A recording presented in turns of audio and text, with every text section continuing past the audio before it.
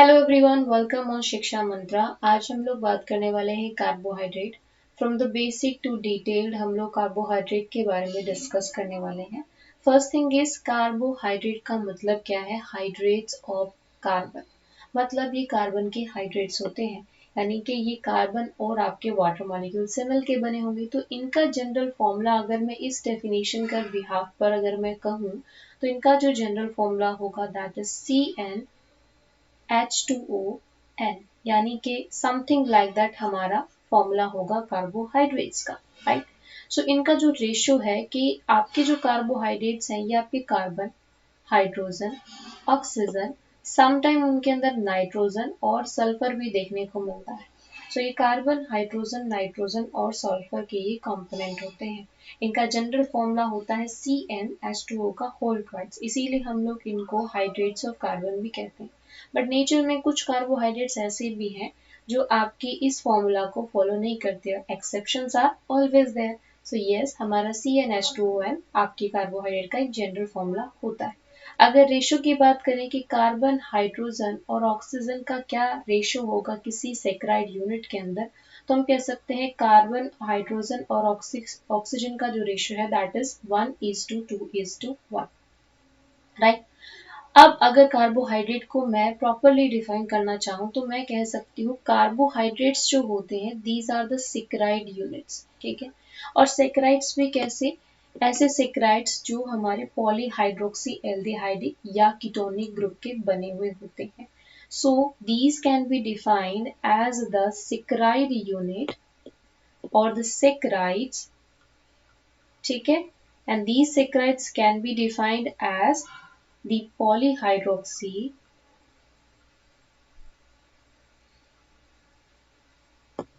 aldehyde group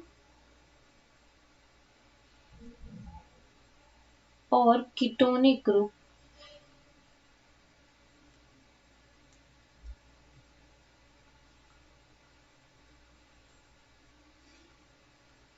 ketonic organic compound।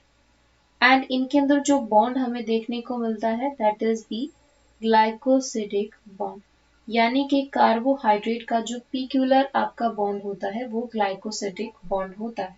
अब जो polyhydroxy aldehydic group और जो पॉलीहाइड्रोक्सी कीटोनिक ग्रुप हम लोग कार्बोहाइड्रेट के फॉर्मेशन में यूज करते हैं, उनका जनरल फॉर्मूला होता है COO और H। ये हमारा एक एल्डिहाइडिक ग्रुप है, यानी कि कुछ इस तरीके के हेल्दीहाइडिक पॉलीहाइड्रोक्सी एल्डिहाइडिक ग्रुप हमें कार्बोहाइड्रेट के अंदर देखने को मिलेंगे, सेक्राइड्स यूनिट में देखने को मिलेंगे।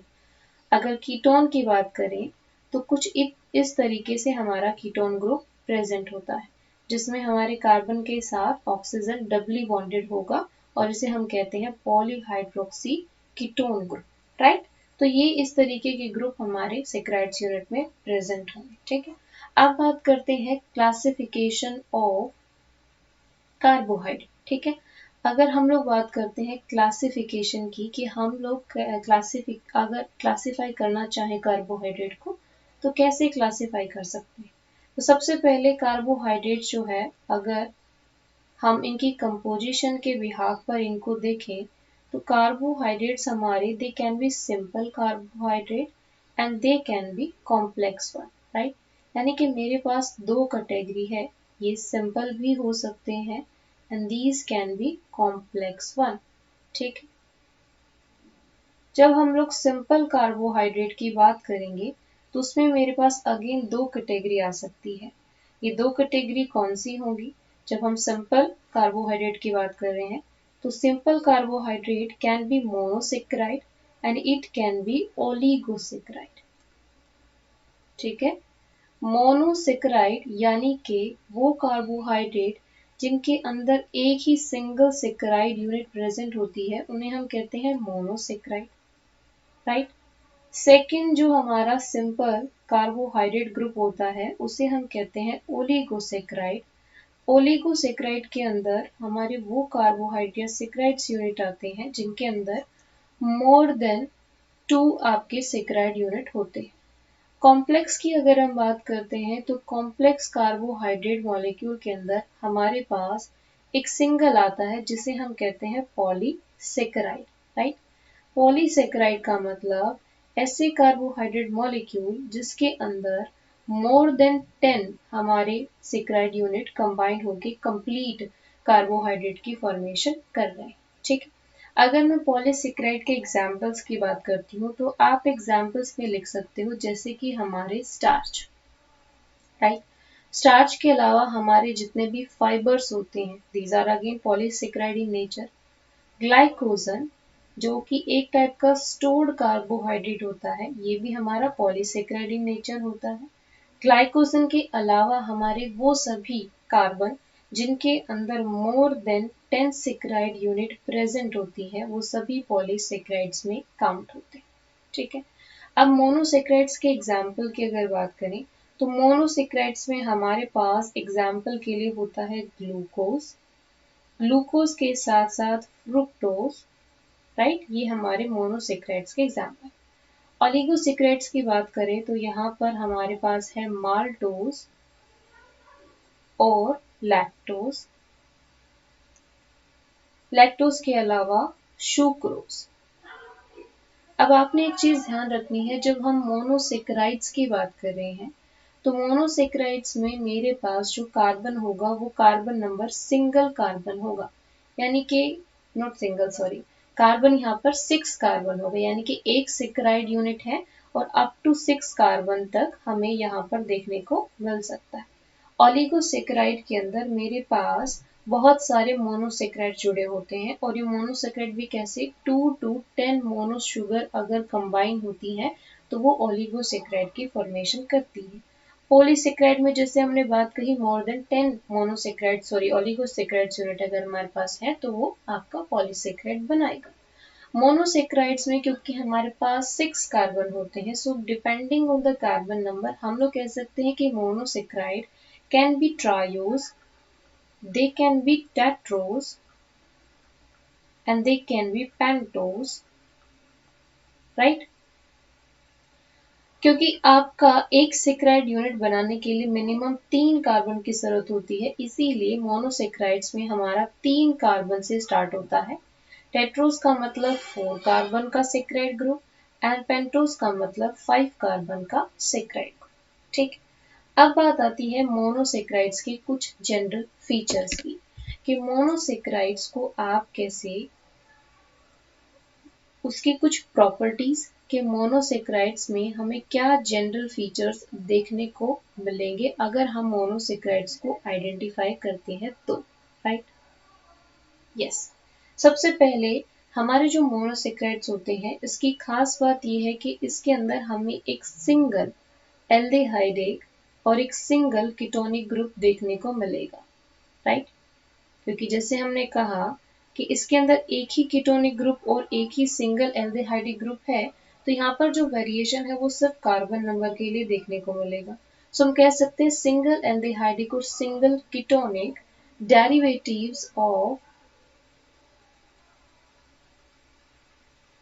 Polyhydroxy, right. फिर उसके बाद जो मोनोसेकेराइड्स होते हैं उनकी फिजिकल और केमिकल प्रॉपर्टी को अगर डिस्कस करें तो monosaccharides can not be hydrolysed, इनको हम लोग हाइड्रोलाइज नहीं कर सकते, राइट। इनको हाइड्रोलाइजेशन आप नहीं कंडक्ट कर सकते। फिजिकल प्रॉपर्टी कहें तो these are colourless crystalline compound, कि इनके अंदर हमें किसी तरीके का कोई स्पेसिफिक कलरेशन नहीं देखने को मिलता, और साथ साथ इनका नेचर कैसा है कि these are colourless crystalline compounds. Soluble in water होते हैं, अगर हम इनकी सॉल्युबिलिटी की बात करें these are soluble in water and इनका जो टेस्ट है that is sweeter in taste. आप ग्लूकोज को ही ले सकते हो, ग्लूकोज हमारा एक मोनोसेकेराइड है और इस मोनोसेकेराइड में हम लोग देखते हैं कि ग्लूकोज का जो टेस्ट होता है, फ्रुक्टोज का जो टेस्ट होता है, it is sweeter in nature. इनका जो जनरल फॉर्मूला आपको देखने को मिलेगा, these general formula is CnH2O का होल एन, यानी कि जो जनरल फॉर्मूला हमने पहले डिस्कस किया था वही हमारे मोनोसेकेराइड्स का जनरल फॉर्मूला होता है। हमारे पास दो कैटेगरी होती है, अगर हम कैटेगरी की बात करें तो हमारे मोनोसेकेराइड्स की 2 कैटेगरीज होती हैं, ठीक है। यानी कि मोनोसेक्राइड्स को हम लोग 2 कैटेगरी में डिवाइड कर सकते हैं बेस्ड ऑन किस बिहाफ पर ये कैटेगरी होती है, बेस्ड ऑन कार्बोनिल ग्रुप, कि कौन सा कार्बोनिल ग्रुप इनके पास प्रेजेंट है, उसके बिहाफ पर हमारे पास 2 कैटेगरी होती है मोनोसेक्राइड्स की। स्टार्टिंग में हमने कहा था कि या तो उनमें सिंगल एल्डिहाइडिक ग्रुप प्रेजेंट होगा या उनमें कीटोनिक ग्रुप प्रेजेंट होगा। सो इस एल्डिहाइडिक और कीटोनिक ग्रुप के प्रेजेंस के बिहाफ पर हमारे monosaccharides groups can be categorised. First one जो हमारा मोनोसेक्राइड है उसे हम लोग कहेंगे कि वो हमारे एल्डोज है, राइट। एल्डोज, जबकि हमारा कार्बोनिल ग्रुप कौन सा प्रेजेंट है, जिसे हम कह रहे हैं एल्डिहाइडिक ग्रुप। दूसरा जो कैटेगरी है कीटोज, ठीक है, कीटोज जहां पर हमारा कार्बोनिल ग्रुप कौन सा है, कीटोनिक ग्रुप। सो एल्डोज में हम लोग इन जनरल देखते हैं कि हमारा ये ग्रुप टर्मिनल कार्बन पर प्रेजेंट होगा, ठीक है। कीटोज के अंदर जो हमारा कीटोनिक ग्रुप है दैट इज कार्बन के साथ डबली बॉन्डेड ऑक्सीजन, यह है कीटोनिक ग्रुप। ये कीटोनिक ग्रुप जनरली सब टर्मिनल होगा कार्बन नंबर 2 पर, ठीक है, सब टर्मिनल एट कार्बन नंबर 2। मतलब ये कि हमारा जो कीटोनिक ग्रुप है ये आपका कार्बन नंबर 2 पर पोजीशन में प्रेजेंट होगा और एल्डोज का जो एल्डिहाइडिक ग्रुप है ये कार्बन नंबर 1 पर प्रेजेंट होगा, यानी कि टर्मिनल इन पोजीशन होगा, ठीक। अब जो हमारे मोनोसेक्राइड्स हैं उसके अंदर जो भी हमारे कीटोनिक ग्रुप के कार्बोहाइड्रेट्स हैं इनका जो जेनेरिक नेम है, जब भी हम लोग किसी भी कंपाउंड का जेनेरिक नेम लिखते हैं तो हम उसमें अल जो वर्ड है उसको इंसर्ट कर देंगे। अल का मतलब ये होगा क्योंकि ओस जो है लास्ट में जो ओस प्रेजेंट है ये डिपेक्ट करता है कि वो पर्टिकुलर ऑर्गेनिक कंपाउंड हमारा कार्बोहाइड्रेटी नेचर है। तो इस ओस को लगाने से पहले हम लोग अल का यूज करते हैं और ये अल डिपिक्ट करता है कि वो कीटोनिक ग्रुप है, ठीक है। ये हमारा मोनोसेक्राइड्स में जब हम लोग जेनेरिक नेम लिखते हैं तो उस टाइम पे हम लोग ध्यान रखते हैं। एग्जाम्पल के लिए हमारा कीटोनिक ग्रुप में मोनोसेक्राइड के एग्जाम्पल में आता है राइब्यूलोज, ठीक। इस राइब्यूलोज में एक सेकेंड, यस, इस राइब्यूलोज में आप देख सकते हो कि ओज ग्रुप से पहले हमने अल ग्रुप को यूज किया है, जो ये चीज डिपिक्ट कर रहा है कि ये एक कीटोनिक ग्रुप है या इसमें एक कीटोज प्रेजेंट है। वैसे ही एग्जाम्पल है जाइलोज का। जाइलोज में भी हम कहते हैं कि ओज ग्रुप से पहले हमने अल ग्रुप को यूज किया है, जो ये डिपिक्ट करता है कि यस हमारा ये एक कीटोज ग्रुप है। अब हम इनके जनरल फॉर्मूला की बात करते हैं कि अगर हमारे पास कार्बोनिल ग्रुप में एल्डिहाइडिक ग्रुप प्रेजेंट होगा at the sub terminal carbon, तो उस कंडीशन में हमारा फॉर्मूला कैसा देखने को मिलेगा। तो इस कंडीशन में हमारा जो मोनोसेक्राइड्स का जनरल फॉर्मूला होगा वो कुछ इस तरीके से होगा कि हमारा जो कार्बन है उसके साथ एल्डिहाइडिक ग्रुप प्रेजेंट होगा और साथ में एक साइड ग्रुप प्रेजेंट होता है। ये जो साइड ग्रुप है ये होता है हाइड्रोकार्बन ग्रुप, ठीक है। ये हमारा कोई भी हाइड्रोकार्बन रेजिड्यू हो सकता है। अब हम बात करते हैं अगर कीटोनिक ग्रुप है तो उसका जनरल फॉर्मूला कैसा होगा। तो इस कंडीशन में हमारा जो जनरल फॉर्मूला होगा है वो कुछ इस तरीके का होगा, यानी कि दो मेरे पास कार्बन प्रेजेंट होंगे, दो साइड चेन यहाँ पे प्रेजेंट होगी, तो ये हमारा कीटोज का होगा R1 और एक R2 यहाँ पर प्रेजेंट होगी। कुछ इस तरीके से हमारे मोनोसेक्राइड का जनरल फॉर्मूला होगा। इस चीज को एग्जाम्पल के थ्रू समझते हैं। जैसे एग्जाम्पल में लीजिए, सबसे पहले जैसे हमने कहा था हमारे जो मोनोसेक्राइड्स होते हैं, मोनोसेक्राइड्स के अंदर मेरे पास कार्बन नंबर 3 से लेके 7 तक वेरी कर सकता है। तो यहाँ पर हम पहले एग्जांपल लेते हैं एक ट्रायोज ग्रुप का, यानी कि एक ट्रायोज ऐसा जिसमें एल्डिहाइडिक ग्रुप प्रेजेंट होगा, एक ट्रायोज ऐसा जिसमें हमारा कौन सा ग्रुप प्रेजेंट होगा, कीटोनिक ग्रुप प्रेजेंट होगा। ट्रायोज में सबसे पहले हम एग्जांपल लेते हैं हमारे ग्लिसरॉल्डिहाइड का। ग्लिसरॉल्डिहाइड एक ऐसा ग्रुप है जिसमें मेरे पास 3 कार्बन प्रेजेंट होते हैं और इस 3 कार्बन के अंदर सब टर्मिनल पोजीशन पर एल्डिहाइडिक ग्रुप अटैच होता है, राइट। तो ये है मेरा ग्लिसरॉल्डिहाइड, इसको मैं कह सकती हूँ ग्लिसरॉल्डिहाइड, जिसमें ये ग्लिसरॉल्डिहाइड में जो एल्डिहाइड है ये डिपिक्ट कर रहा है कि इस कार्बोहाइड्रेट के अंदर सेक्राइड यूनिट के अंदर एल्डिहाइडिक यूनिट प्रेजेंट है, ठीक है। This is the aldehydic unit और इसमें कार्बन नंबर कितना है, इसमें 3 कार्बन प्रेजेंट है और आप देख सकते हो कि फर्स्ट कार्बन के ऊपर ही हमारा एल्डिहाइड ग्रुप प्रेजेंट है। तो ये एग्जाम्पल है एक ऐसा मोनोसेक्राइड जिसमें हमारा जो एल्डिहाइड ग्रुप है वो सब टर्मिनल इन पोजीशन है, और इसी ग्लिसरल्डिहाइड को हम लोग एल्डो ट्रायोज भी कहेंगे। एल्डो ट्रायोज क्यों? ट्रायोज इसलिए क्योंकि इसके पास 3 कार्बन होते हैं, और एल्डो इसीलिए क्योंकि इसके पास एल्डिहाइड ग्रुप प्रेजेंट है। So due to the presence of this aldehyde group हम लोग कह सकते हैं कि it is aldotriose. Another example हम लेते हैं जिसमें हम लोग कीटोन बॉडी की बात कर लेते हैं, ठीक है। कीटोन की बात कर लेते हैं जिसमें कीटोनिक ग्रुप प्रेजेंट होगा। तो हमने 3 कार्बन का ही कंपाउंड लेना है।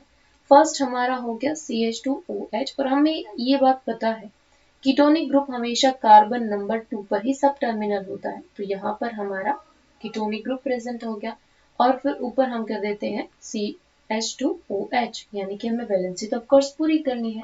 सो ये जो हमारा कंपाउंड है, इस कंपाउंड को हम कहते हैं dihydroxy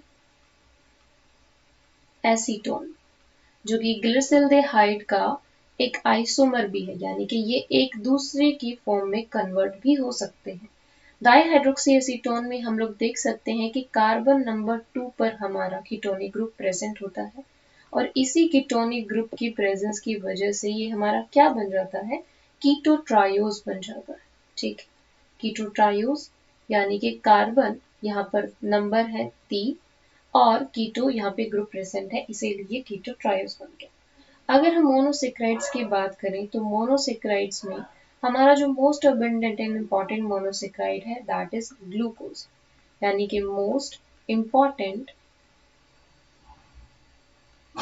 and most abundant monosaccharide is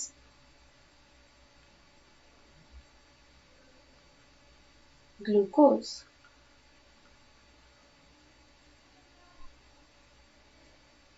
right? Yes.